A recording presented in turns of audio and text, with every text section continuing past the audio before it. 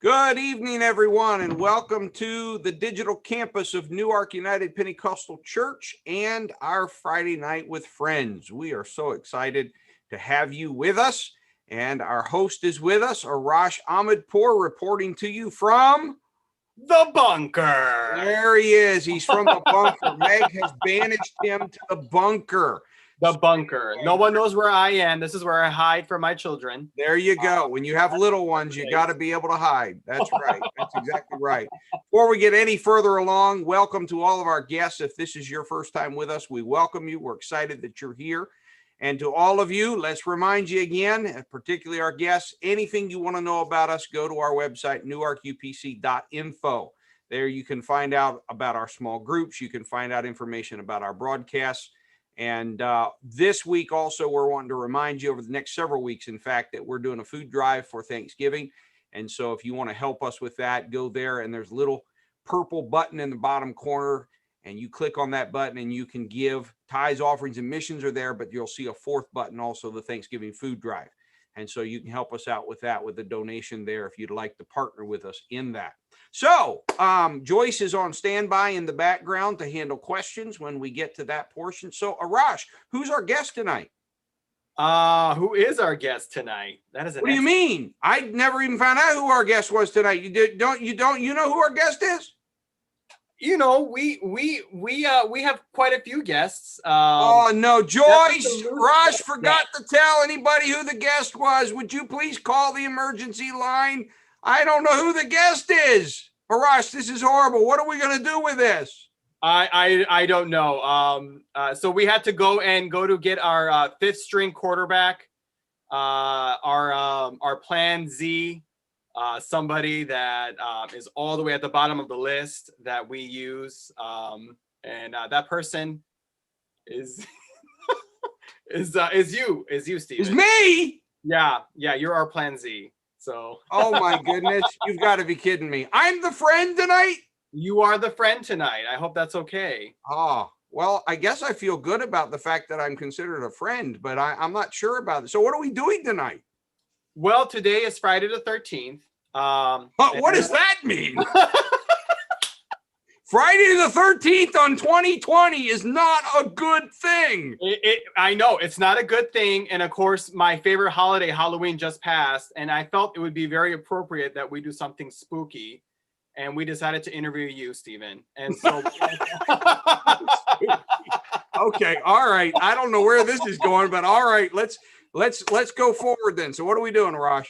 All right. Well, we thought it'd be appropriate, since we have a lot of new viewers and new saints coming to our church, kind of get a clear idea about Newark's history. Just kind of talk those backstories that, we all kind of know because we've been around a long time, but kind of want to archive it and let everybody know, what is the history of Newark UPC. And we have a list of questions. All right. That I came up with. I have not seen these list of questions. No, folks, he has not. We will. And by the way, I did tell a fib. I did know who the guest was. We decided to be a little sticky, a little corny there, and act like we had made a mistake and so forth. I noticed Joyce didn't come to our help at all. Yeah, did you notice that? She didn't turn our camera on. In the background, didn't call the cavalry or anything. Thanks, Joyce. Antoine wouldn't have done that. Anyway, okay. So this is a very important question. All right.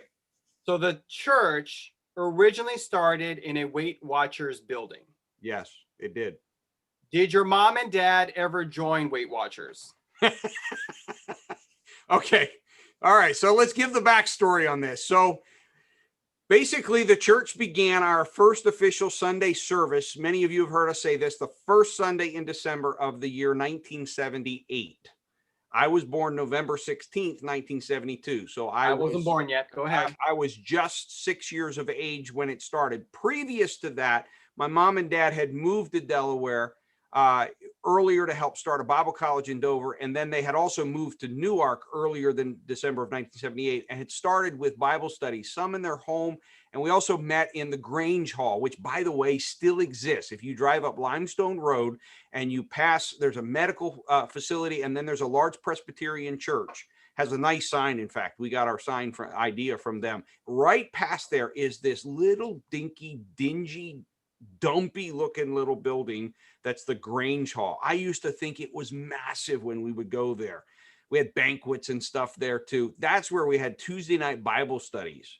But anyway, December of 1978, we start with our first Sunday service, and that was in the Weight Watchers. So the short answer is no, Mom and Dad never joined Weight Watchers. Why would they have to? We had a joke that when you came to church, you would come in, and the way Weight Watchers was set up, and by the way, the storefront is still there. For a while, it was Lieberman's bookstore. It's basically, folks, if you ever want to find it, I think it's a coffee shop now, which would be very appropriate for a Rosh. It's basically right before you get to the last crosswalk when you're entering the university proper, going down Main Street. There's a set of shops on either side, and then you hit this crosswalk, and on either side is the university. It's those set of shops right before there.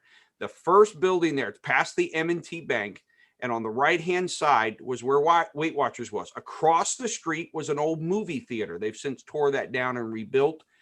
And so people come out of the movie theater and sometimes come over and look in these big plate glass windows into the Weight Watchers, see what we were doing. But the way it was set up is you would walk in, and it was basically cut into thirds. So the front third was just this open space. And Mom and another lady actually taught Sunday school. Mom taught me. I was 6.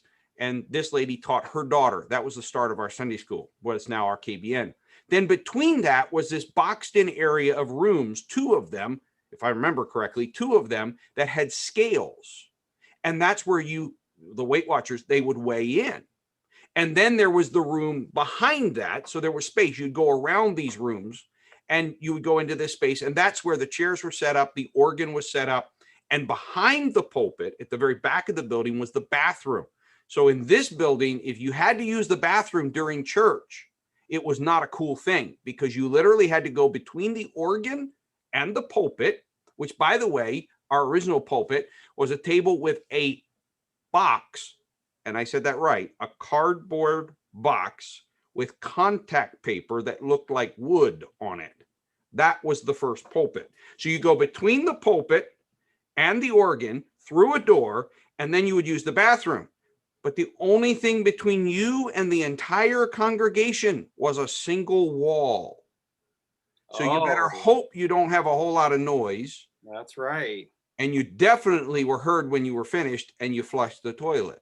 So people did not go to the bathroom nearly as often then as they do in our church now. Little kids, adults, everybody avoided it. So we had a joke. The reason I said that Mom and Dad did not join Weight Watchers, we used to say, you can come to church, and on your way to church, you can weigh in. Because the scales were there. They didn't move the scales. And so that we were there for, if I remember correctly, I believe it was 9 months. So we started in December. We were there for 9 months. 2 Jewish gentlemen, I believe they were both Jewish. I know one of them was, rented it to us.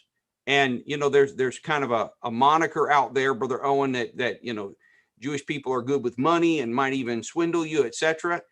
These people were good to us. They rented to us on the cheap. They were nice to us. And then what happened is I believe they sold the building. And that precipitated us then moving for a year further out. If you continue down Main Street and go up 896, the north part of 896, on the left-hand side, right across from the North Campus, there is what used to be a historically black school. It turned into a community center called the George Wilson Community Center. And in fact, I'm trying to think who was in town or what I did. I took some of us over there, and actually it was open, and I walked us through there, and we had church there for a year. And so we went from the Weight Watchers to the George Wilson Community Center. That is where yours truly figured out that he could throw a rock really far. And so I'm chucking rocks, and I was dumb. And so I chucked one towards the building, and it got good wind on it, and it went up. And there's basically a arced window with little panes, and I broke one of those panes with the rock. I had to pay for that out of my, I don't know what I paid for it, out of my birthday money. I must have, or that. But yeah, I can take you. I chucked a rock through that. That's one time we were having an Easter service there. We had gotten locked out, so we went ahead and had a sunrise service out in the parking lot. And we used to have to haul the organ in out every single time. So there's an organ on a truck, and we're out there, and the cop pulls up. Says, what are you doing? So anyway, we informed him we were having Easter Sunday service. We'd gotten locked out of the George Wilson Community Center. And another time we came in there and they had, I don't know what they were doing, but they had powdered paint. Don't ask me what they were doing, but they had powdered paint and it was all over the place. Mopping that floor took hours. It was crazy. And we had church just in a few hours and we're mopping, trying to get this powdered paint up. When we first started there, Wednesday night, there was a pottery class right next to us. They didn't last. They changed nights. The first night, Dad tried to behave himself, and then he said, let it go. And so he started preaching and doing what was regular. They moved nights. They decided that pottery class didn't work next to the Pentecostal church. So we were there for a year. And then it was from George Wilson that we ended up on our property. We ended up purchasing the property that we're at. So yeah, we were Grange Hall. If you ever want to go look that up, we met in the Grange Hall. We've had, in fact, I'll probably tell some stories tonight about banquets we've had in there and things like that. Grange Hall, then the Weight Watchers, and then the George Wilson Community Center. And that took us to basically the 1980, early part of 1980. And that's when we purchased the property that we're currently at. Wow. How cool. The church just kind of moving from one thing to another. I have another question for you. Okay. What does a geodesic dome, John F. Kennedy, and Friday the 13th all have to do with each other about our current structure? Okay. I have no idea about the Friday part. I'm assuming the 13th is Apollo 13. I don't know. John F. Kennedy has to do with going to the moon. And a geodesic dome, the actual, and here, forgive me, Dad, I know you're probably watching and I'm going to butcher this. You could do a better job in this. So folks, if you really want the lowdown, talk to my dad about this, talk to James Beardsley about this, and he'll probably tell you more than you want to know. But anyway, he can tell you a lot about it. But the concept of a geodesic dome, which we have a really cool structure that right before we purchased that building, they had perfected and moved into a symmetrical structure, which is that wagon wheel structure. So when you look up at our dome, it's in a wagon wheel structure. Before that, it was actually put together by a lot of different sizes and shapes, triangles. And it was very abstract. In some ways, it was, if you like abstract, it was more beautiful than even ours is, because you had small triangles and large triangles, and it was all pieced together. The invention of that, my understanding is, occurred either from the moon or for the moon. In other words, our space travel, the invention of the geodesic dome came from that. And we now use them in a lot of different applications. They are used in certain things with regard to the moon. And when we go there, but also you'll see them a lot of times if people are building structures on the earth where they're trying to be green in that. There's something about, and this again, I can't tell you the full science behind it, but that geodesic dome is extremely efficient, and it's efficient in both seasons, both when it's cool, because the cold air drops and the heat has space to go to, which allows the floor to be cooler. So you can cool the building down a lot quicker. But then also it works well in the sense of heating it up as well. And that's the part I can never figure out how that quite makes sense, but it still does. I can go in and turn our heaters on and heat that building up, and then it maintains that heat for hours. Like, its efficiency factors really well. So I don't know how my dad, I remember taking a trip with him. We visited several sites. One was in Michigan, in fact, speaking of Arash, where you're from, that we went and we visited the geodesic domes. They're now called, I think, United Church Structures, and several more have been built. We were the first geodesic dome ever built in Delaware. They didn't know how to classify us because we're both a frame and some other one, and it's this mixed structure, and they didn't know what to do with it. But I think my dad's affinity for the building and its uniqueness was the fact of this science background. He knew that this basic structure had been invented in space and for space. And of course, for those of you that don't know, my dad was a rocket scientist before he came east to start a church. He built rockets. So he was in that field. Others were not always as kind. Those of you that know Brother Libby, God love him, pastor down the road of a very large church in now Imesville, Maryland, originally was in Gaithersburg. He came one time for a district event, and I think it was in the winter time, and he looked at it and he looked at my dad and he said, "Why'd you build an igloo?" So anyway, we've had abuse about the building. You won't miss it. It's a unique building. You can always tell people, look for the dome. And the structure of it, I will tell you one other thing that's very interesting about it is all the weight of the roof. Of course, as you all know, it translates down, okay, it travels down all those beams, and then it hits the 12-foot high walls. And those walls are held together like a barrel. It used to be, before they redesigned it, it was literally a single cable, just like a barrel, that went all the way around and held those walls together. So the pressure comes down, tries to push the walls out, and the cable holds them in, and then that translates it down into the foundation. They're bracketed together now, so it's not a single cable, but they're actually, there's a steel bracket that goes around that holds the walls in. But yeah, my dad built a very unique building there, and we've had to deal with it because one of the things, as modern as we want to be, we're stuck with a whole lot of wood. And so part of the challenges we have as we continue to stay current and allow things to aesthetically move is that you still have to embrace that there's a lot of wood in that building and always will be. And I think it's a beautiful thing, but you just have to get creative in how you address it. And it represents a lot of hard work on some of our elders' parts because all that wood, bad news, it was supposed to come pre-stained, all those beams, and they stripped the paper off and found out that it had not gotten stained. So now they're up on scissors lifts and ladders on top of scissors lifts. Oof, that sounds smart. No, it was not smart. That was one of my father's less intelligent moves. Yes. Getting up to the cupola, because the cupola is 33 feet high. That's how far up it is. And so they had to restain all those beams, those beautiful beams. And in fact, at the hub, and this is the last thing I'll say and get off of the construction, at the hub, you don't see it, but those are actually metal brackets that are empty. And Brother Herman Klein crafted, along with a lot of woodwork they did, he crafted inserts that go into those metal hubs and allow them to look like they're closed off.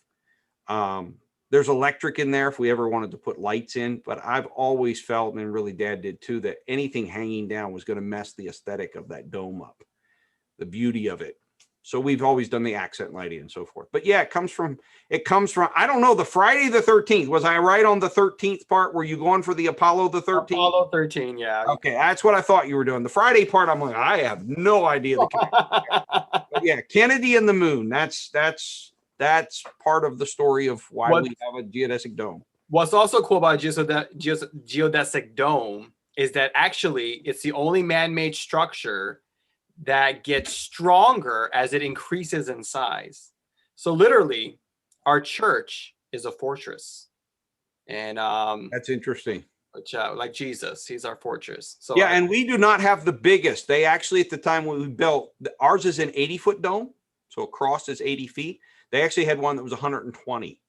Oh wow! Yeah, it was 120. They also had low profile and high profile. I really wish Dad had gone with high profile. He said it looked funkier, but I wish he had, because it would have given us more flexibility to build in the spokes. We could have done 2 stories, but we didn't know that at the time. And the low profile did look better. So ours is a lower profile, and they have one that actually goes up higher, and then that allows the spokes to come in as 2 stories. Yeah, and the walls, if you ever go in the church, one of the things, see if you can identify the A's and the B's. There's 2 different types of walls. And the A's are the bigger sections of the walls, and then the B's are the smaller sections. The A sections are structural. You cannot pop them out. They have to stay fully there. They're load bearing. But the B sections, that's where all the doors are. I'll give you a hint. You can pop B's out. So what it is it's A's and then 2 B's, and then an A and then 2 B's. Those 2 B sections are where you can put extensions on. So you're actually meant to have 5 spokes go out from it, kind of like a pentagon. Wow. Yeah. That's awesome. My next question to you is, tell us about prune feet. Oh, you're going to go there. All right. Now, I got to tell everybody up front, Whenever Sister Diane Selby sees this, Sister Diane, please forgive me if I in any way offend you, but I'm going to tell our story. And the reason that I want to tell you this story is that this story is a part of the process of a people moving beyond history into making history. Okay, I'm going to be very serious for just a moment on that. It's moving beyond history to make history.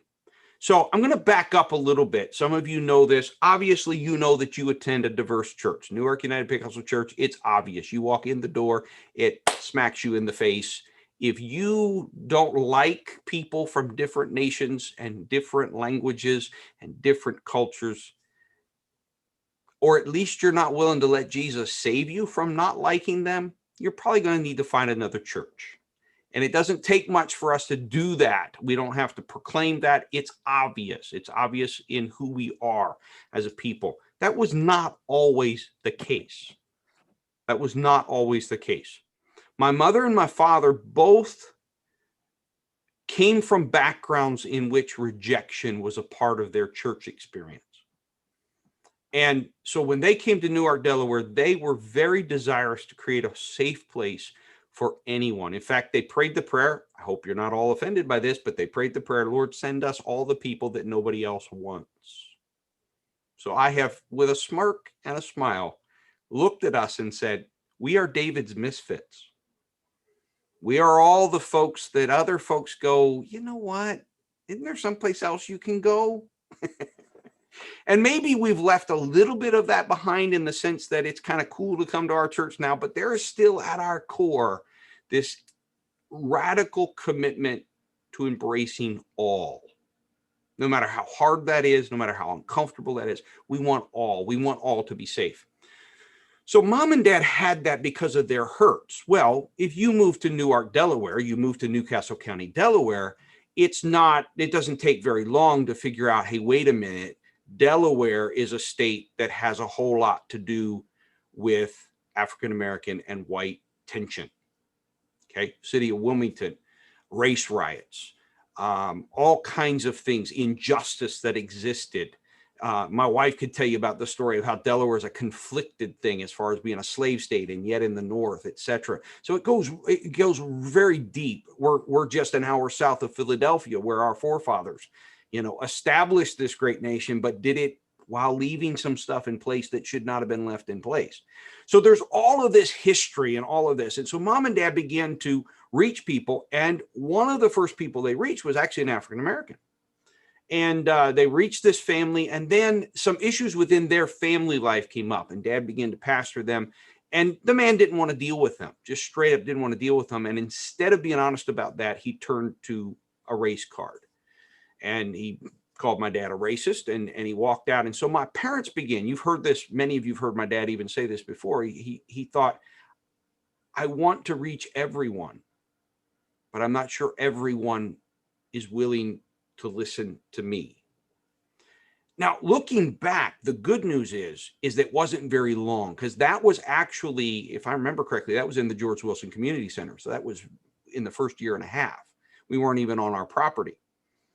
Well, by 1985, that began to change, because slightly before that, 84, probably, two ladies came to church while we were still in the house. So it was probably even earlier than 84. It's probably more like 83. The house, can you explain? That house that everybody looks at, that ramshackle thing that needs to come down, that thing that is basically a stake for ivy to grow on. Yes, the house. You don't want to go in there. Wild animals live in there now. We have to tear it down. Some people receive the Holy Ghost in that place, okay? That was a holy place, but unfortunately, it's not going to stand. It's going to have to come down. In fact, I'm really just letting the ivy do its job and maybe make it easier for us to tear it down. So 2 different occasions. Early on, we were having Bible studies in our house. There was a couple that used to come to church, come to those Bible studies. They had just come to the Lord in the Apostolic Church over in Elkton. And in fact, if they hadn't come there, they said years later, they said, Brother Beardsley, we would have been a part of your church, but we'd already come to that church. And so through them, we had contact with a beautiful little lady.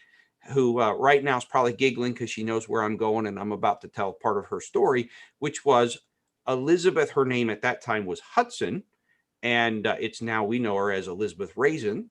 And she and her husband, Wayne, have been a part of Newark for a very long time. I won't tell you how old Elizabeth is, but I promise you she's older than you think she is.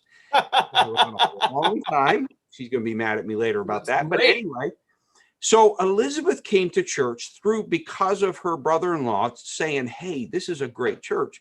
And when she came, I'll never forget my dad telling this story, that she came to him and she said, Brother Beardsley, I would like to come back. And it nearly broke his heart because she was really, in some senses, asking, am I allowed to come back? Am I allowed to come back? And she didn't know the story that I just told. She didn't know the rejection that had occurred as my dad ministered to the first African-American family that we had ministered to. And my dad and my mom thinking, we're never going to be able to be heard by them. We want to, but we'll never be able to be heard by, quote, them. Because the hurt and the pain. And here she found a church that somehow our spirit, our attitude was safe enough that she wanted to come back, but she wasn't sure if she was welcome. Wow. So that's person number one. And of course, my dad nearly fell over himself saying, oh, absolutely, you're welcome to come back. And so Sister Elizabeth began to come. Now, somewhere in there, and forgive me for not having the exact years, and I hate to throw Dad under the bus, but I doubt he even remembers the exact years either. Somewhere like 83, somewhere in there, Sister Diane Selby might know the exact year. On a New Year's Eve, she and her sister were out. I don't know what they were doing. I don't know if they were looking for a church. I don't know what it was, but they ended up walking into that house on New Year's Eve in a foot washing service. All right. So first of all, you're coming on a property, you're walking into a house, and then you're walking into a foot washing service of a Pentecostal church. I mean, how much more weird can it get? Not much. I mean, that's pretty off the wall. It's pretty weird. So my parents are like, okay, so she comes and then she decides to come back. And so Sister Elizabeth is the one who connected us with Sister Beverly Griffin.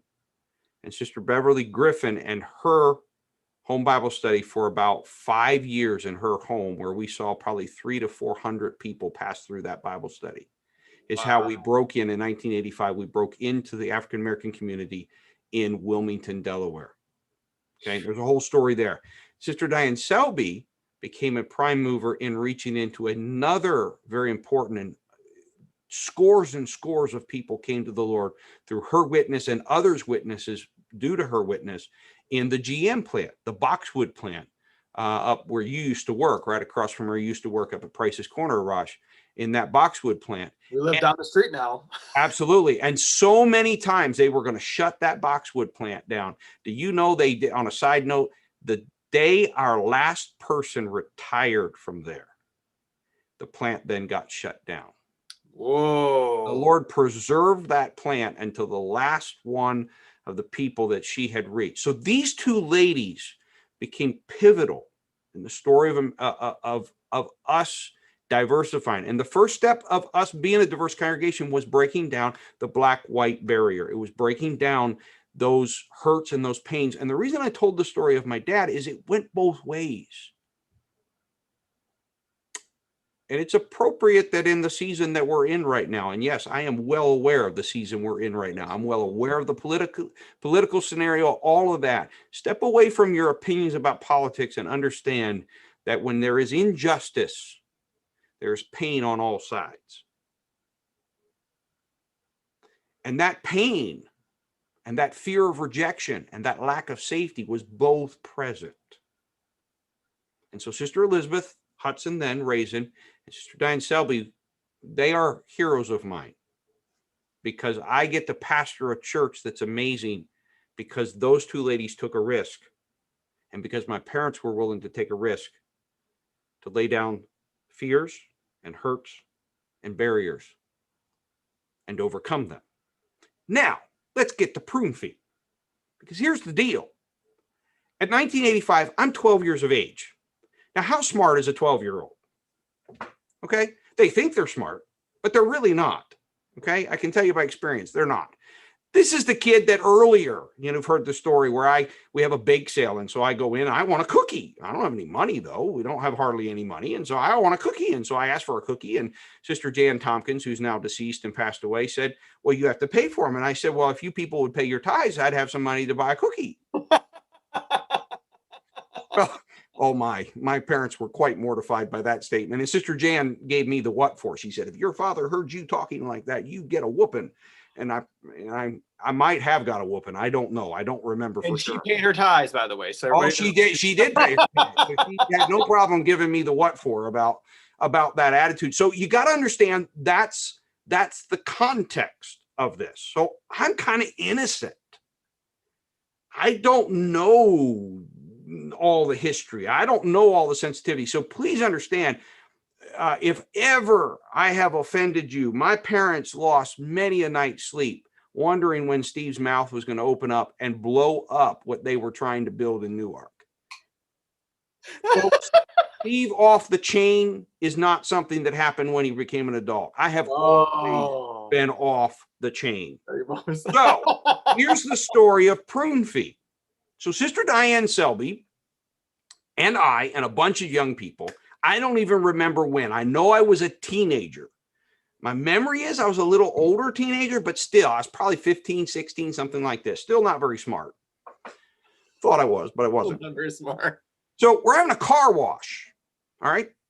Well, what do you do when you're young people and you're having a car wash? Well, when you wash cars, right? But then you get wet somehow. And if you don't have a car, what do you start doing? You start fooling around. So by the time the day was done, everybody was soaked. Just soaked. Our shoes are soaked. Our shirts are soaked. Everything. In fact, in a car wash, we always told everybody, don't wear white shirts because you're just not going to be modest. Wear dark because you're going to get soaked. So we all go into that house that's falling down, and we're sitting there. I don't know if we had some drinks and some things, some snacks and things like that we were sharing together. And so we're sitting there, and our feet are sopping wet. I mean, you can hear it squish, squish, squish as you're walking. Any of you have ever done a car wash, you know what I'm talking about. Just totally soaked. So we all go in, we sit down, we're taking our shoes off. I'm sitting on the floor. Sister Diane Selby was sitting in a chair.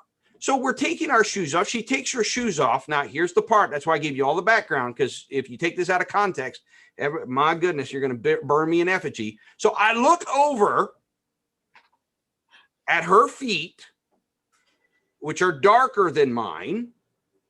And what happens when your feet are wet? They crinkle up, right? So I look over and I go, your toes look like prunes.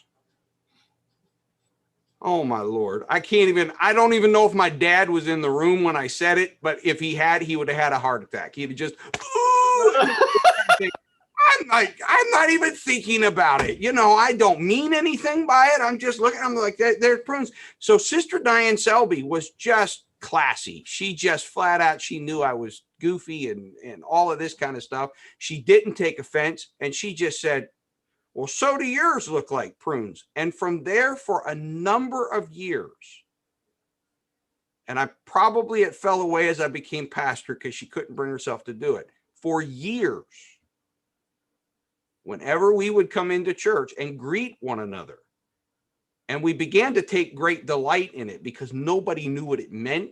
And if they did, it freaked them out. We would greet one another as Prune Feet. So here it is, white boy walking into church, speaking to an African-American elder lady, and I call her Prune Feet. And she would laugh, look back at me and say, how are you, Prune Feet? Wow. Now, the reason that story, first of all, it shows how incredibly stupid your pastor can be at times. Nothing's changed. Go ahead. Okay. All right. So, folks, just be kind to me, because I've always had these moments that I just go there. Arash has even been here long enough that there's like a rumble that goes through you. I know. Oh no, he's gonna go there. No. He just opened his mouth. But what I also want you to understand is there was an atmosphere being created in Christ. in which people were safe. Because I can tell you, there's no way that we could have done what we did and build the relationships that we did. And to this day, there are times Sister Diane Selby will come up and she will ask, it's humbling because you understand, I was a kid when she came to the Lord, when she came to our church, but she'll come and ask to pray for her pastor. No, that's sweet. But the relationship goes all the way back to a teenager who was dumb enough to just, after a car wash, look over and go, "Your toes look like prunes." And a lady that was classy enough, kind enough, patient enough to turn around and look at me and just give it back to me. And then out of that came a relationship that to this day is strong. It's those kinds of things where we lay down our pain. Yes. And through Christ, who tears down the wall of partition, whatever that partition happens to be. Because then, as you all know, we begin to tear down the wall of partition that we're not an American church. Yes, we exist in America, but we are not an American church. And Veterans Day just passed. And folks, I honor our veterans. I honor the freedom that they have provided. But please understand, that's why I took the flags down. We are not an American church. We are a church in which all, no matter what your nation of origin is, no matter what your language, your first language is, we are a church that is defined by Jesus Christ. And he hath made of one blood all the nations of the earth. All the nations. And there's real pain. We don't need to deny the history of that pain. We don't need to put it away. But we also need to realize that through Christ, there can be reconciliation. There can be justice. Yes, there can. And my political statement, if you all saw that when they called the Vice President Biden as the president-elect, my statement comes out of that. You as my brother or my sister matter more than anything else. And nothing can displace that. Nothing. And but that's the story of Prune Feet. I haven't called her that in a long time. Probably the next time I see her, we'll have to resurrect it for a time or two. But that's the story of Prune Feet. Well, why don't we go ahead and have Joyce come on? I have questions, but I wanna get some interaction here between the our audience and our speaker here tonight. Joyce, are there any good questions out there? Any good stories that they want Stephen to bring back about the past? Yes, we have a few. And Layla asked this one. She stole mine. So can you tell us about Gilberseth? Okay. This was a little more spiritual, but at the same time, got a little humor. It's again, a little bit about me as a kid. So my father began to feel that he was called to come to the East Coast, and my mother as well. They both felt this. And before my dad took a little boy, you got to understand, my mom had gone through cancer. Imagine my mom, 98 pounds. And God had healed her miraculously. And then she lost my sister. She was stillborn. And that happened literally months before we moved to Delaware. And so my dad was taking a little boy, 4.5 years of age at that time, and a sick wife, and going to quit his job, a job where he was getting raises every 6 months and 10% bonuses at the end of each year. He was on a fast track. He was doing extremely well. The guy who took his job ended up being a VP with Hercules, the same Hercules that the Hercules building in Wilmington was built for. That was their headquarters building. So my dad was on a fast track. He was secure. He was leaving all of that to go do what God had asked him to do. So he went away to our pastor in West Virginia's cabin. When you're in West Virginia, you have cabins, okay? I do not have a cabin, thank you very much. I go to resorts, but no, we have cabins. I love my West Virginia roots, but I still believe that God really didn't want my parents to start a church in the East. I think he looked down, saw this poor little boy in West Virginia, and said, oh, I got to get that poor boy out of West Virginia. Motorcycles, guns, hunting. It just was not me. That was not me. So he got me out of there. That's my joke. So anyway, my dad went to this cabin. And he went on I forget how many days, I think it was a week of fasting and prayer to just solidify and say, God, are you sure that you've called me? And so in the midst of that, he reaches the end, he's got confirmation, and he stays an extra day. And now I want to put a caveat here. We love to worship what we can see. Yes. So everybody hear me very clearly. Your faith is in God who you cannot see, not in all of his instruments, whether it be preachers, whether it be fellow brothers or sisters, or whether it be angels who work for him. Okay? All right. I have to lecture you on that. I have to give you that piece because we love to fixate on all the stuff that we can see. All right. But with that said, my dad stayed an extra day, and before he left, God sent an angel to him and told him, because my dad's primary concern was for the safety and the care of his family. He's going to start a church. He and mom are going to start a church, and they want safety for themselves, for their child. So God sent this angel. He was Middle Eastern. He was very tall. My dad did not have an exact height, but he was markedly taller. My dad's 6 foot tall. He was markedly taller. So I would put him in the 7 foot range, that kind of thing. He was very large. He wore a turban. So any of you that want to be anti-Muslim or anti-Middle Eastern, get over it. Now, God's got Middle Eastern angels. So he's got a turban. He's dark-skinned. Arash will want to claim it was him, but it wasn't. I wasn't alive. And the angel didn't come in the form of Arash. Let's just No, it did not. No. But he was Middle Eastern. He had he was in a white robe, and he had a large sword that was attached to his side. Now remember, angels are spirit beings. So when they manifest themselves, they are taking on a form. They're manifesting themselves in a form, and that form is probably sending a message. Okay. We could read into it. We didn't know it at the time, but it wouldn't surprise me if we did not get the image of someone that was from a different part of the world because of what Newark is about, missions and other people, etc. The warrior aspect. And the Lord basically told my dad, this angel is going to be with you and will guard you. And my dad felt in the spirit that that angel was posted above our neighborhood. It was above our house. Now, I wasn't clear on that. So here's the funny part. So I wasn't clear on that. So I'd heard my dad talk about Gilberseth, and I think my dad said he saw him one other time. I think he saw him in Newark one other time. But I used to do this goofy thing. This shows how goofy I am. That for a season, I would come to our house at 117 Aronimink Drive, where I grew up, and I would come to the door, and before I would go in, I would say, "Excuse me, Gilberseth," as if Gilberseth were posted to the door, and that I would need to go around him or ask for permission to come through. Just a goofy kid. That would have been probably before I was even 12 years old, because I don't remember doing it. I remember my parents telling me that I used to do that. But yeah, there was a guardian angel. I have never seen that guardian angel. I am resentful of God that he's never showed me that guardian angel. But I know that God has us, and I know that he does it by various means.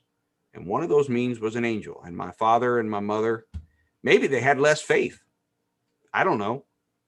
But God gave my dad this vision to confirm to him that he would be spiritually protected with this angel. And he was told his name, and his name was Gilberseth. It's an odd name. Even my dad's not creative enough to come up with that name.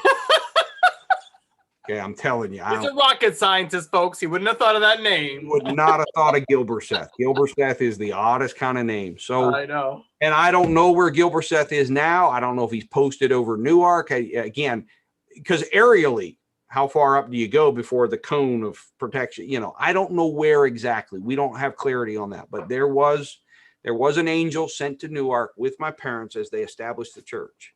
And I don't know if he's moved on to other things. I don't know if he won his wings like Clarence did, and it's a wonderful life. I don't know. I'm not belittling it. I'm just simply saying I do not know. But there was an angel tasked with protecting my father, my mother, and because I was with them myself as we established the church. So that's the story of Gilberseth. Awesome. Yeah. Okay. So there's another one. Tell us some funny or scary stories that have happened during the history of the church. Ooh. Funny or scary? Well, I've told a few funny ones already, but let me think if I can think of a couple other ones. Oh, here's a funny one from early on that a lot of you wouldn't know. So early on, church doesn't have any money, doesn't have hardly any people. Probably hardly anybody gave any money. You know, you're dealing with brand new people. There's no church. You're establishing it. So there was a lady. Those of you that remember Sister D. Neidline, one of the 4 mothers of the church. My dad pastored for years a church that was nearly all women. In fact, the husbands of these women and others would make fun of him that he could only pastor women. One of these was D. Neidline. She had received the Holy Ghost and was baptized. She was new, but she was known for her creamed mushrooms. And creamed mushrooms go really well with roast beef. So she and Sister Jan Tompkins, another mother of the church, the two of them together, they were some serious folks. They would cater they were go-to caterers for, at the time, Lieutenant Governor Wolf. So anyway, they decided they were going to have a fundraiser, a roast beef dinner. So he sold tickets for the roast beef dinner, and you know, all the labor was supplied, etc. And I don't think this one was in the Grange Hall, actually. I think it was someplace else. But we had a snowstorm. Well, you had all this roast beef cooked. You had all this creamed mushrooms ready. You had all this food ready. And so my dad said, we're just going to go through with it. Well, there were so few people there, and I might get the numbers wrong, but it was that my dad figured out the amount of roast beef that they had. Everybody there had the ability to eat something like 3 to 5 pounds of beef. Let's just say it was not a successful fundraiser. Oh no. Because it got snowed out. But my dad said it was an awesome time because everybody who came had you're snowed in, but it was warm. You had great food and you sat around and just talked and ate and talked and ate. You never ran out of food. And so they just had tons and tons and tons of roast beef. So that's one of the funny stories. Another funny story, I'll throw Sister Jan under the bus. God rest her soul. She's already in Jesus' hands. She and others in the church would always have a battle. Our Christmas banquet would be in the Grange Hall for years. Sister Jan loved candles. She loved candlelight dinners. In fact, to this day, I hate candlelight dinners because of her. Hate them. I'm blind, people. I want to see my food. Bad enough when there's lights on, okay? Put candlelight, I don't even know where the fork is. And so we would have this battle every single time between her, who wanted every light except for the candles out. And she had these sconces, these glass sconces. If you ever went to her house at Christmas time, she was a fire hazard. She had evergreens everywhere and candles everywhere. Oh my goodness, it was a fire hazard. God, if Kimmy or any of her kids get on to see this broadcast, your house was nerve-wracking at Christmas time. Beautiful, absolutely gorgeous, but nerve-wracking. Okay, so we would have this battle because, if I remember it, Granny D, the one I just told you the story about, actually wanted a little ambient light and then the candles. And Sister Jan, no, it's got to be all candles. And so my dad, this was what pastoring was brokering peace between these two ladies who had known each other longer than they'd known my father and had been doing things together and been fighting each other in those banquets for years, but trying to bring peace at a Christmas banquet. So that was, if you think pastoring is all about preaching and teaching, I got bad news for you. That's the easy part. The preaching and teaching, pastoring would be easy if there were no people involved. Yeah. That's. And I love you all. I love you dearly. But there are days that I wish all the people would just go away and then life would be peaceful. But that's not how it works, is it? I don't know if that fills the billet, but that's a couple of early stories that nobody would really know about that seem to have a humorous element to them. They're kind of funny. Well, we have one from Brother Rick Carter. So he Okay. said, tell about the time I almost ran you over in my first car. All right, this is a funny story. This is a funny story. And by the way, Brother Rick Carter, if you ever want to hear great stories, Granny D and Sister Jan, both of them were like mothers to him. And so a lot of Rick's catering abilities and all that he learned at the hands of these two ladies. So he can tell you lots and lots of stories of that. So Brother Rick Carter's a great source for those stories. So Rick's a little bit older than me. I like to say he's a lot older than me, but he's really he's just a little bit older than me. And so Rick came to us. You've heard his story, his testimony many, many times. So he comes at 16, he gets a powder blue, if I remember correctly, Rick will probably comment if I'm wrong, powder blue Pinto. This is his first car. Pinto. You remember Pintos? Hatchback Pinto. Stick shift. Nobody taught him how to drive a stick shift. So he's figuring it out. How do you work the clutch and the gas and the stick shift and this kind of thing. So my job at the church, we were now at the church property. We're at my job as a young man.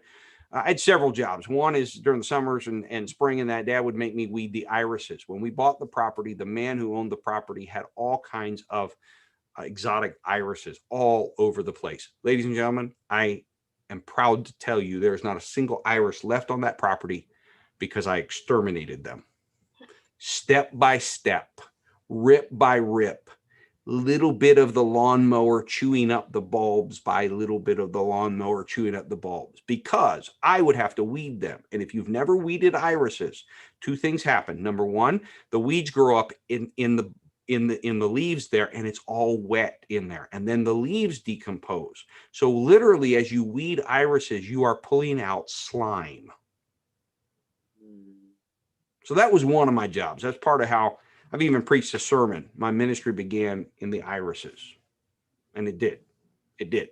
Well, another part of my job was that I would go and I would have to pick up the trash along the road, which invariably had little whiskey bottles and beer cans and all this kind of stuff. And that's, by the way, you've ever heard me tell where drinking's not one of my temptations, because I picked up one of those cans one time and just took a sniff, not a swig, no, just a sniff. And like, oh my goodness, who would drink this stuff? It stinks to the high heavens. Coffee smells good and tastes bad.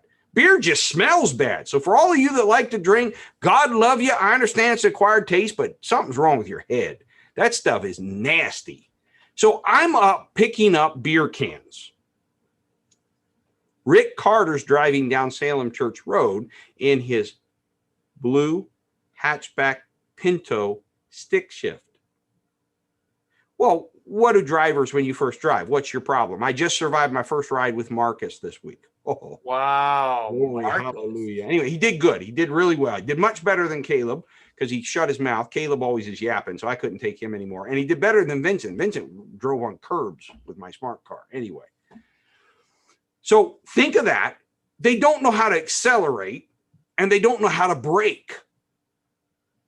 So, you're fitting, and now think stick shift. So here he comes. He's gotten up enough speed coming down Salem Church Road. Now he's got to turn into our parking lot. But he's working the gear shift. He's working the clutch. He's working the brake. Well, let's just say that Rick Carter took that corner at a faster than suggested speed. And I happened to be standing right in that vicinity as he swung wide, trying to get into into our parking lot. I'm picking up beer cans. And so the joke has been between Rick and I that he nearly killed his pastor. Well, I don't think beer cans. Yeah, I don't think it was quite that close, but at the time for him and I, it felt pretty close. It was a harrowing experience because he's barreling in. He doesn't know what he's doing. He doesn't know how to work the clutch and the brake and the stick shift. He doesn't know how to downshift. So he's flying. Anyway, it was pretty wild when Rick came rolling in. So. Well, I was told to ask about your famous C and E sermon. All right. So as you all know, Christmas and Easter, those are the times that people who are only nominally Christian or, just come for family, they come to church. Well, I had a whole passel of people. I think I was pastor at this point. I was definitely associate pastor, but I think I was even pastor. I might have just been associate pastor because, so what happens is we had all these people, and every Christmas and every Easter they'd show up, and it's the same people every single time. And the only time we would see them was Christmas and Easter. So I was set to preach, I believe it was Easter. And so I preached a sermon in which I basically pinned their ears back and said, if you think this is helping you, it's not. And if you don't want to get serious, you might as well just stay home on Christmas and Easter too, because it doesn't matter. Wow. That's a pretty bold statement there. It was, well, I've always gone places that most do not go. It was not untruthful. I was not unkind, but I was in very typical fashion, very blunt. Well, it got a few families in an uproar. It did. A few of them got in a little bit of an uproar because their family was quite, oh, well, I'm not coming back again. And they needed to have their ears pinned a little bit. I might have should have been a little bit more wise about it. Here's the funny part that I don't know if the congregation even knows. So we come home from that. We get the feedback. And this is why I think I might have been just associate pastor. The next Easter, as we're approaching Easter, there begins to be a slight buzz. Who's preaching Easter? My dad smiled at me and said, oh, son, that was set last year. We're preaching Easter. And so, boom, I was right back in the pulpit the next Easter. Because those families that got real upset, Dad was kind to them, but he said he didn't say anything that wasn't true. And then he said, no, you're preaching Easter. So I've learned from that. If you've ever worked with me, there are times that I will own your faux pas. I will own your maybe lack of wisdom and so forth. But as a congregation, Newark has learned, no, you don't bully the pulpit. And that was an example of Dad just put me right back in the pulpit. And of course, I had to figure out what I was going to do. I did not preach another Christmas and Easter sermon. I didn't do that. I went a little bit more moderate. But that's the C&E. That was the C&E Christmas. That is funny. C&E sermon, excuse me. It's interesting seeing that the same story about you asking if you paid your tithes, and he didn't say much because it was technically true. And here you are with your sermon. Seems to be a very common trait here with your dad. Oh, he said something to me when I got home about did you pay your tithes? Oh, no. On that one, I got very much a correction. I don't know if I got a spanking, but I got an earful. I promise you. Sister Jan gave me an earful, and then he gave me an earful without question. Okay, so I'm going to combine two questions. Okay. Let me see. You mentioned spokes on the building. What spokes? And talk about the condition of the property when we bought it and your dad's bow saw. Ah, yes. Okay, so there's only one spoke on the building, which is basically that jut out, our entranceway, that is part of our vestibule and our entryway. That's a spoke. So the way that you can tell this is if you go inside of our building, in our vestibule, that part that comes together as kind of a triangle there, used to have the phone there. That's the actual dome proper. And everything outside of that is actually an extension, a straight extension coming out of the building. That's what a spoke is.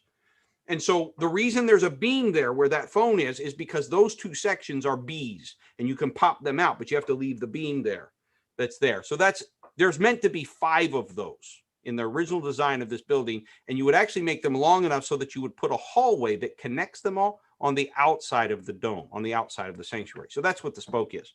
All right. So when we bought the property, everybody think in your mind, basically where the house is. All right. Next to the house. Okay. It's basically where you drive through right now. Next to the house was not a shed, but a garage. Beyond the house and that shed was all woods. The entire rest of the property was overgrown. And I kid you not. Who cut the grass back then? My dad. So first, he would tear up so many lawnmowers because he would take an extra swath trying to clear the underbrush. Problem is you'd have stuff that had been thrown there. So then you'd hit rocks, you'd hit metal, you'd hit all kinds of stuff. So then you got to either replace the blade or you got to even fix the lawnmower. But that's the first thing. And then once even the underbrush was reached back, then you get into where there's these trees. And some of these trees, were just this size, no big deal. But others were this size. And I kid you not, every one of those trees on that property, my dad cleared, and I was there with him. We found there was a cylinder. There's a well that's capped off underneath of the metal building currently. That well had a cylinder that stuck up above the ground. And of course, when we capped it off, we didn't have it. That concrete cylinder we took to the back of the property and we put it up on bricks, and we would create a fire so hot it cracked it. It was reinforced. But we would create a fire so hot that we could burn green. So we would take tree limbs that were green and it was really fun as a kid. Ram them down in, and literally the fire would consume green wood. But my dad cut every one of those trees down with a bow saw. Wow. I have still to this day questioned my father's intelligence on that, except for the moments where I find myself doing the exact same thing. I don't always get the right tool. Bless God, the job will get done. And those that work with me, this. I will find by hook or crook a way to get something done, one way or the other. I try to buy better tools than my dad. I try to be smarter about it. But in the end, I have no patience for not getting the job done. So he cleared the property with bow saws.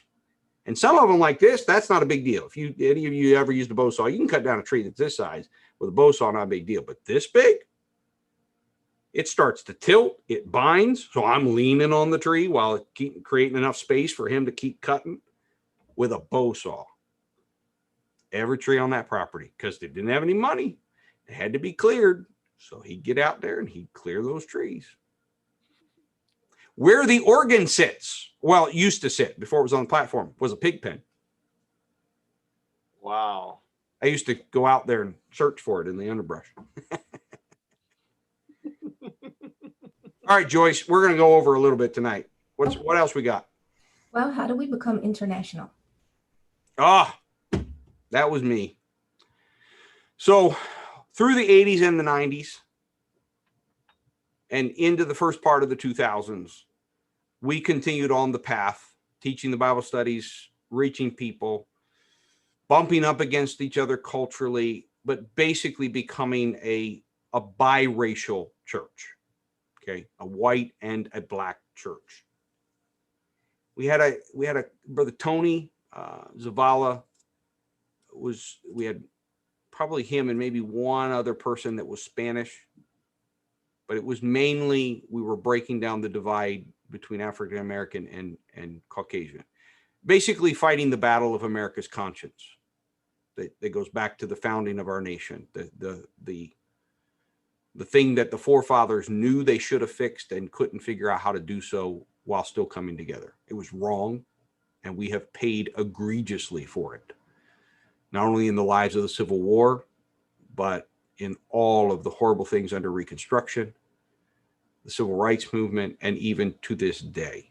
America's paid a heavy toll for the decision not to find a way through it.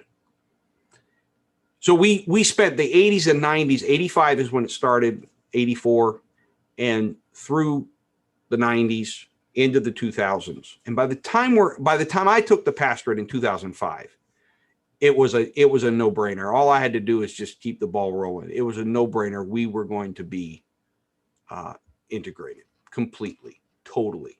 And there were people from all sides committed to that vision. It was not just white people saying we want black people worshiping with us.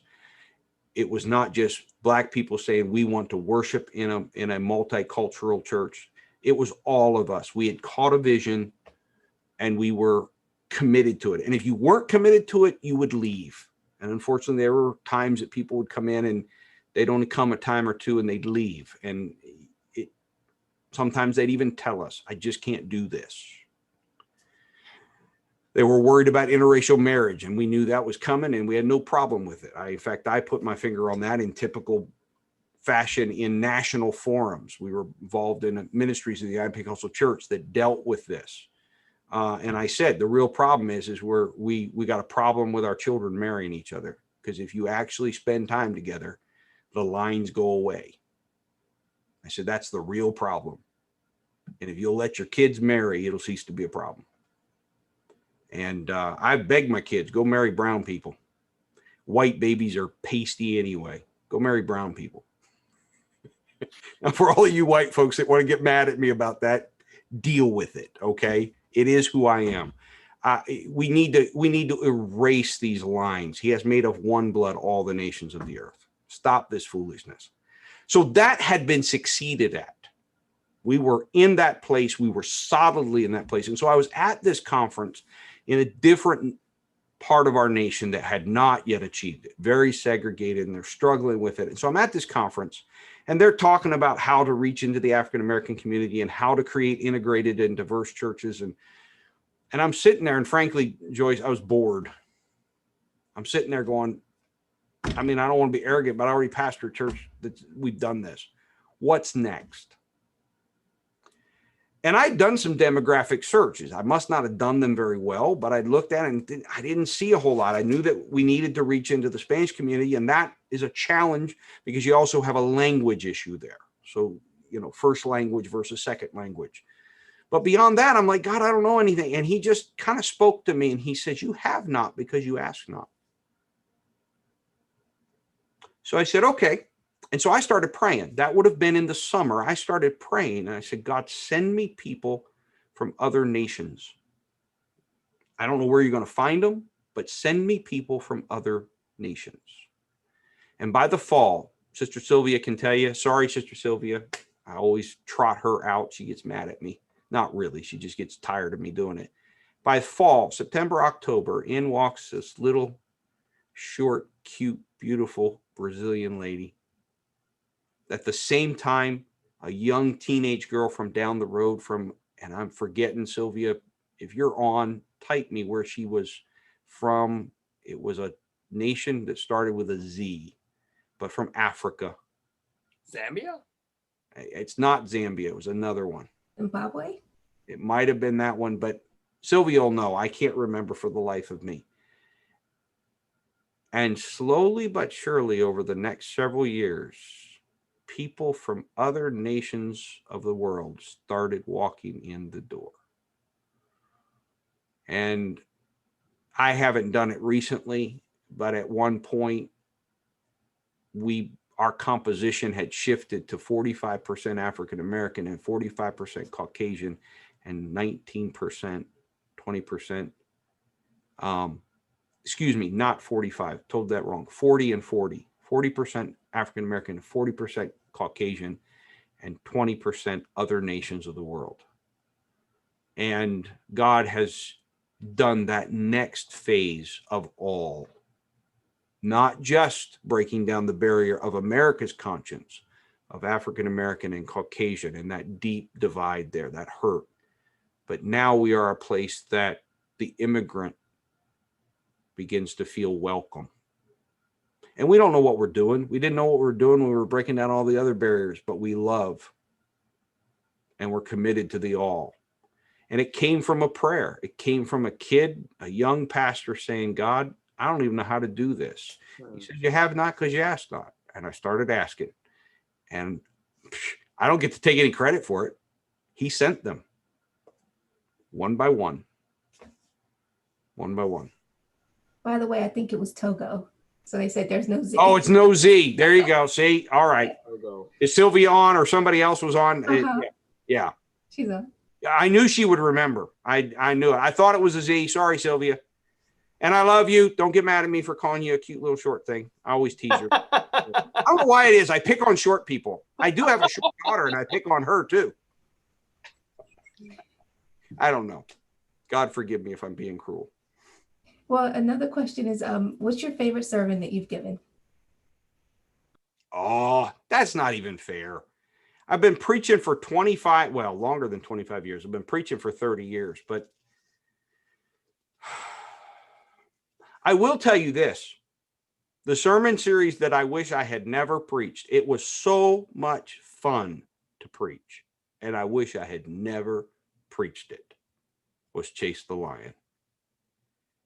Dear Jesus, if I had known what absolute chaos was going to be unleashed on us because I preached that sermon series, I think me and Jesus would have had a long conversation. It was a blast to preach. I love the imagery. I love the story.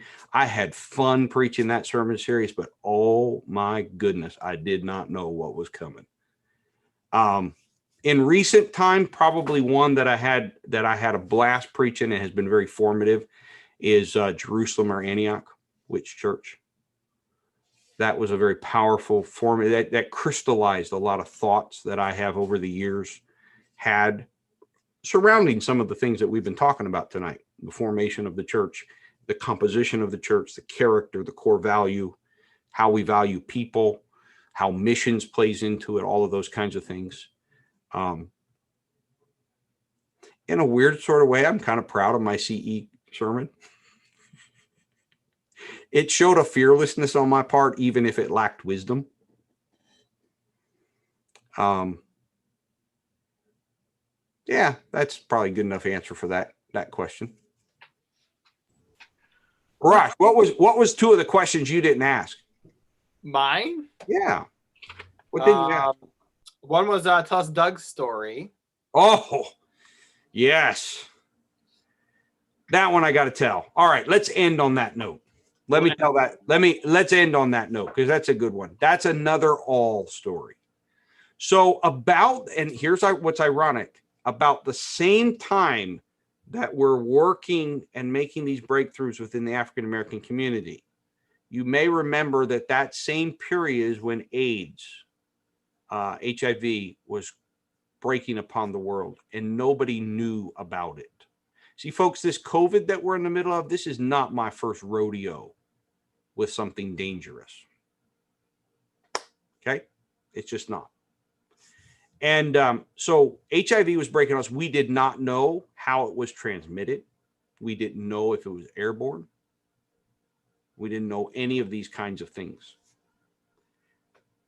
We knew much less for much longer than we have about COVID. We figured out COVID rather quickly, honestly. The fact that we now have a vaccine on the docket coming up within the next few months, and in only 6 months we've solved it. That's an absolute testimony to what God said at the Tower of Babel. These people, when they put their minds together, can do anything. It's the creative genius of God that is within humanity. HIV, we didn't know that. And so a man who was in a homosexual relationship, through his lover and his family, one of our elders went in and prayed with him, and shockers, God filled him with the Holy Ghost. So everybody that wants to talk about homosexuality as something that's a spirit and it's demonic and all this, you're going to have to back up a little bit on that. You don't have Bible for that. And I have experience that says the opposite, because this man, till the day he died, had attraction to the same sex, because it had to do with his father. It had to do with his past. It had to do with a lot of other things. Brokenness is something Jesus knows how to conquer, period. I don't care what your brokenness is. Stop laying so much at the devil's feet. He's not as powerful as we all think he is. He's a dweeb. Yes, I just said that. He's a dweeb. Without Jesus, that dweeb can kick your butt. But with Jesus, he's a dweeb. Don't give him more credit than he deserves. So Doug receives the Holy Ghost, and he wants to get baptized. So this elder comes to my dad and asks him, will he come and baptize him? So my dad faces a decision. What are we going to do? How are we going to handle this? And in that scenario, he made a decision. He went and he baptized him in a whirlpool. Now, it was supposed to be sealed. My dad was in plastic. They were trying to take prophylactic measures, but the door didn't work. My dad's jamming his knee into the door. Water's leaking out. You did everything you could to be safe. He baptized him in Jesus' name. Well, Doug gets a little bit better. He gets out of the hospital, and he wants to come to church. So my dad comes to the congregation. He says, brothers and sisters, we have a brother. He's filled with the Holy Ghost. He's baptized in Jesus' name. And he's coming to church. And he said, and we didn't have no HIPAA laws or none of that stuff, okay? He simply says, but he has HIV. Now remember, we're in the fellowship hall, so we're just in the metal building. Not a single person from that congregation left. And I, at an anniversary service, I think it was 20 or 25 years, I told Doug's story and I said, by that point, we were in our new building. I said, everything we are now is due to the choice we made then. God was testing us. Doug was very careful. He would be very, very hygienically careful. At 16, I know I was 16. So I was 12 at 85. So 4 years later, 1989, I was 16 years old. I went to the hospital with my dad on Sunday afternoon. As most of you know, you don't die of HIV, but rather what happens is the other systems break down. Other sicknesses or illnesses ultimately take you. When we went there, Doug couldn't even speak to us because his mouth had broken down. It was bloody. It was just bleeding. Like he opened his mouth to speak and it was just blood red, his whole mouth. He should have been in excruciating pain. And with hand signals, I remember sitting there, tears streaming down my cheeks. He signaled to us that he had no pain. Mm-hmm. God impressed upon my dad. We've been praying for his healing. We've been praying for God to miraculously touch him. We went to church, and I've done this now since then. My dad says, I feel in the spirit that we are holding Doug and it's time to let him go. Yes. And so he told the church, he said, I want you to pray to let him go. One of the sisters, Sister Tracy Sheets, in fact, those of you that know Sister Tracy, Tracy was always an innovator. She somehow, I don't know how, because she didn't have chaplain status or anything, but she snuck into the hospital, probably snuck. Knowing Tracy, she probably snuck. She snuck her way in. Tracy was with him last, prayed with him, read the Bible to him 1 or 2 in the morning. So we were in the afternoon before evening service, and before the next morning, Doug had passed.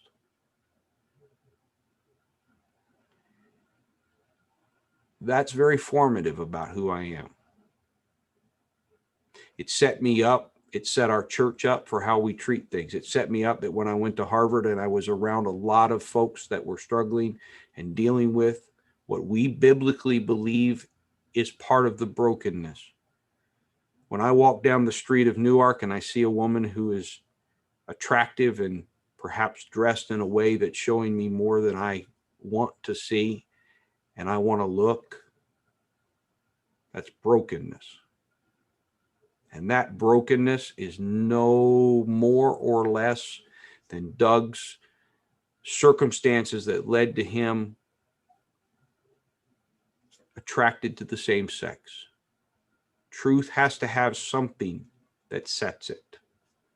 We believe Scripture, and the God of Scripture sets truth. But then when you stand for truth, that God of truth sees all of us as broken, every single one of us. And he can save every single one of us. And he tested us. So when I went to Harvard and I was around a lot of folks that were in the homosexual lifestyle, I was already primed. I didn't reject them. I was kind. And so part of our ethos at Newark is this journey of inclusion, this journey of holding to truth radically. Yeah. And yet loving everyone without reservation. Whether we're comfortable with it or not, whether we like it or not, whether we know what to say or to do, you must. By this shall all men know that you are my disciples, in that you have loved one for another. Doug went with us. I'll tell you, though, I'll end on a little bit of an up note to show you the orneriness of my father. So Doug goes in this season, this 2-3 years that he was with us, he goes with us to a men's retreat. So Doug goes to this men's retreat, and Dr. Klepper is there. I think it was Dr. Klepper. If it wasn't Dr. Klepper, it was Brother Trapani. It was one of these two. And he's talking about the importance of a father. So he's speaking to men, importance of a father. At the end of it, Doug raises his hand. He's innocent. He's in this church that's accepted him, loved him, embraced him, treated him with respect. So he raises his hand, he stands up, he says, brothers, I beg you to listen to this man. And he tells his story. Tells his story of how his father, I don't remember the specifics, but how it played a role and how he was in the homosexual lifestyle and all this kind of thing. So there were a few Christians that needed to grow in their Christianity that were there. In fact, there were a few pastors that needed to grow in their Christianity that were there. So we go to lunch. My father is sitting with some other pastors, and those pastors begin to talk about who brought this homosexual to the men's retreat. Now, if you want to think, I know my father, particularly as he's gotten older, he looks like a nice, docile old man. Let me tell you what. I've said it before, and I'll say it again. I was raised by wolves. They may be old wolves. Their fangs may be a little yellow, and they may be a little gray, but those are two wolves. Don't tick them off. My dad sat there for a good 10 minutes and let that conversation go. Now, you got to understand, at the time, my dad was district secretary treasurer. In the structure of a district, that was the second most important position within the district. He let them talk.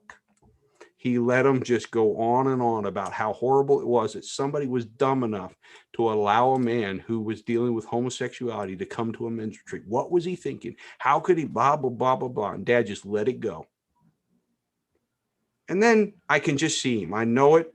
He's probably cutting into his food. And he just says, he's from my church. What do you do then? And he didn't say another word. He just said he's from my church and didn't say another word. Boy, you talk about some backpedaling. So let's be honest about it. I know I got my blabby mouth from my mom. My mom's a blunt speaker, and so am I. But my daddy can put it to you a few times too. It's about justice. It's about all. It's about Jesus with the adulterous woman saying, hey, all of you that want to throw a stone, the one without a sin, throw it first. And then it's a message of stop sinning and I don't condemn you. That's the message. And we got tested, Joyce. The story of Doug is we got tested. And I believe that everything that has happened since then, God went, okay, you passed that test. You passed that test. Here's some more undesirables. Absolutely. And then the Lord sent us a rush. And we've been working to accept him ever since. I think we're doing okay, Arash.